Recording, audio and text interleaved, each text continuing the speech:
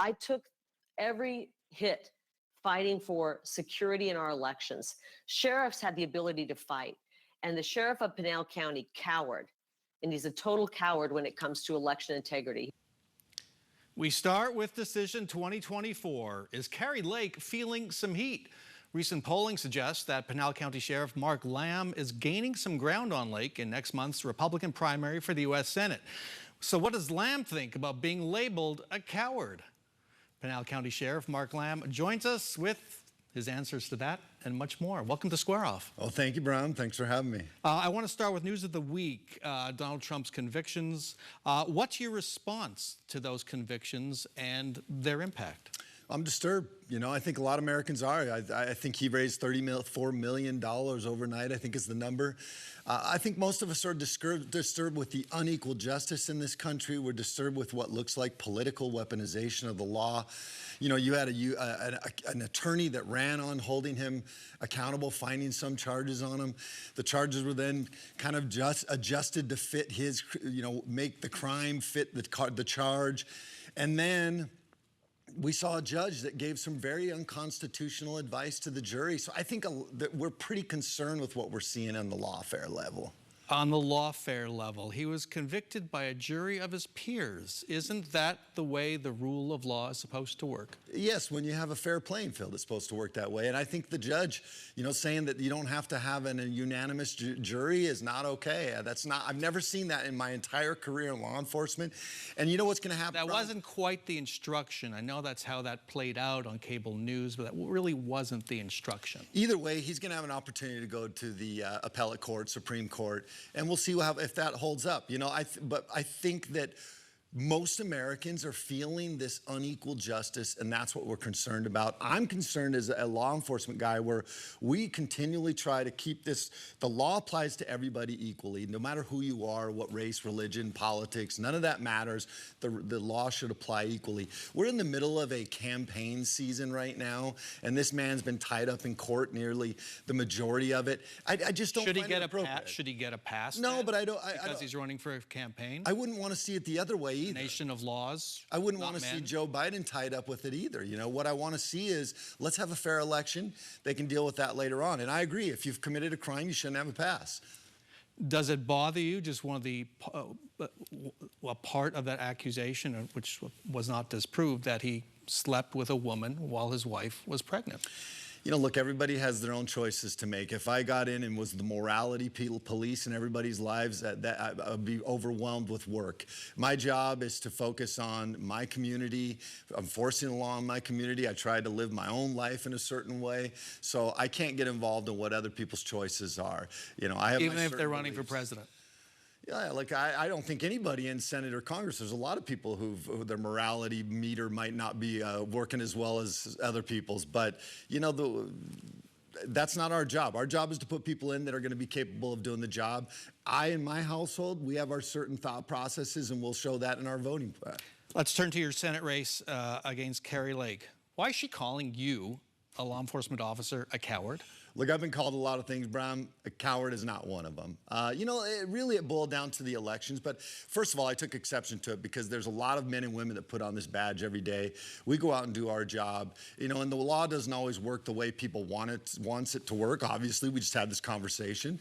But in the end, my job is to bring evidence forward. She was upset that we didn't do anything, or supposedly didn't do anything in our county, which is just isn't true. You know, we looked, if we had complaints of fraud, or if there was questions about it, we looked for it. In the end, I didn't have any actionable, large-scale material fraud that I could go with in my county. Did she lose the 2022 race for governor? Look, here's what happened: is you've got Kimberly Yee, who won by 300,000. Yes or no? Look, there's always some level of fraud, but in the end, I think there's enough votes that she lost, which cost her the election. She lost the election. Did Joe Biden win the 2020 election in Arizona? I don't think Joe Biden got 81 million votes, but I can't prove that either. Let's talk about Arizona. Did he win the 2020 election in Arizona? I don't know enough about Arizona. I'm not involved in that piece of it. I'm only involved in Pinal County. So you're saying you don't know? I don't know what the actual evidence is, or I don't have any evidence in Pinal County to say otherwise, but I have a hard time believing he got 81 million votes. Let's talk about Arizona.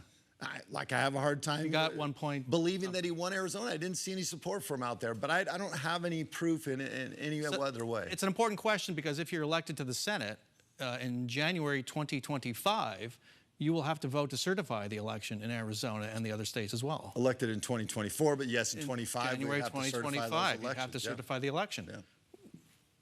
Could you see a scenario where you would not certify the election here? Look, that's a hard question to answer at this point. I don't know what the circumstances are. You know, you're trying to put me in a position of answering a what if question. We could what if things all day long. You know, I think that there is a responsibility in Washington D.C. to ensure that we have given the people a very trustworthy process. There were certainly a lot of questions, and look, this isn't a Republican thing, Bram. This has been Democrats. You know, Hillary Clinton was a big. Okay, I'm going to have to stop you there because I know you've said this before. Election doubt is a Republican thing. No, I couldn't disagree with you more on that, Huge Bram. charitable trust. Now you've got shows people, the polling. You've got Stacey Abrams. You've got Hillary Clinton. You've got so many. The idea of doubt in our elections. But let's take I'm going to take away starting in 2018. No, that's just not true, Brown. That's not present. true. That started I'm just looking with at Hillary I'm Clinton. just citing polling. But here's among Americans. Forget candidates. But here's the bottom just line, among Brown. voters. Both Democrats and Republicans are uncomfortable with the trust in the election system. We can do better. Trust me, in the county, it's not a party thing. It's not a Republican thing. While there may be more Republicans now, you can't ignore the fact that Hillary Clinton claimed this was an illegitimate election in 2016. For a long time, you got Stacey. There's a lot of examples that I could give you, so it's not a Republican thing. This is an American thing. We've lost the trust of the people, and we've got to do a better job of getting There's that only trust back. one president who has tried to overturn an election. Donald Trump. And that case is playing out in the courts right here. Oh, Hillary Clinton would have tried to, so she would have tried. Let's move on, dig into your race. Time's running out. Primary voters are going to cast their first ballot in just 4 weeks. Wow, it's moving fast. Kari Lake's farther ahead in the money race. Polling shows she's slipping a bit. You have some gains. Your likability seems to be stronger than hers. For Republican primary voters, what is the sharpest difference between the two of you? Experience. Really, it's one candidate has a ton of experience, and that is me. I've been elected twice. I have worked the border. I still work it every day. I'll be working it this week, next week. We know it backwards and forwards. We know the intricacies. We know how it affects Yuma, how it affects Nogales, how it affects the state, the country. There's a lot to it. There's the immigration piece. There's the border security piece. I get all that. Then you talk about budgeting. I've run a large budget, over $60 million. I've balanced that budget and stayed within that budget. Then you talk about crime. Crime's on the rise across this country. Crime's on the rise here in our state. We need people that understand the rule of law and what it means.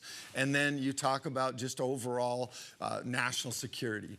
I think there's nobody that even brings close to the experience that I bring to the table in this. And so when you talk about the difference, there's just a country mile difference of experience. Sticking with the border, Donald Trump has said he plans to deport 15 to 20 million undocumented immigrants if he is elected. Do you support that? I think you have to have some level of holding people accountable, some level of mass removal, because these people broke the law. You go back and you say to me in the beginning, do we just give them a pass? Okay, well, I'm going to ask you, do we just give these people a pass for breaking the law? So you would support deporting 15 to 20 million undocumented? I support holding people accountable for breaking the law. Does that mean deporting them? Yes, they broke rounding the law. them up and deporting them. They broke the law, Bram. I think that absolutely you've got to hold them accountable, remove them. And in many ways, I don't think they should be allowed to even attempt to come back in for many years for having broken the law. One issue you would take on that your opponent, Kari Lake, wouldn't touch.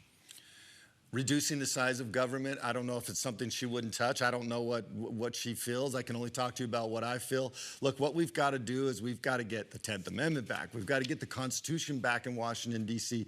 We've got to reduce the size of government and the government overreach in our lives. But the number one issue, Brown, right now is we have to day one deal with this border issue. It is our greatest national security threat, whether it's people or whether it's the fentanyl poisonings, which, by the way, has become the leading cause of death in America. And in Arizona, over 50% of the fentanyl that comes in this country is coming through our borders. We must protect our borders, secure that. That is stopping the drugs, that is stopping the flow of people that we don't know who they are or where they're coming from. That's the greatest national security threat. That's what needs to be dealt with day one. Got to end it there. Sheriff Mark Lamb, thanks so much for joining us. Best of luck. Thank you.